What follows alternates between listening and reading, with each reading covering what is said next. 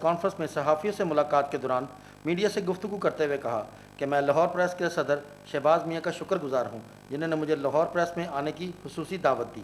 Pakistan Peoples party نے ہمیشہ آزادی صحافت پر یقین رکھا ہے اور اس کی آزادی کو تسلیم کیا ہے، کیونکہ صحافت کسی بھی سلطنت کا چوتھا ستون مانا جاتا ہے، لہٰذا ہم اسی کی قدر کرتے ہیں۔ ان کا مزید کہنا تھا کہ پیپلز پارٹی امن و امان اور عوامی خدمت کو اپنا بنیادی فریضہ جانتی ہے۔ میں نے 29 جولائی کو یہ منصب سنبھالا، ووٹ میں نے 29 جولائی کو لیا تھا۔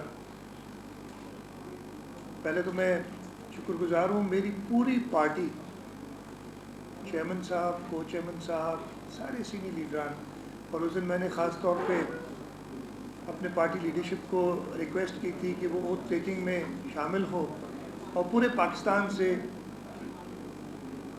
پاکستان پیپلز پارٹی کے اہم رہنما اور ورکرز اس اوتھ ٹیکنگ میں شامل ہوئے۔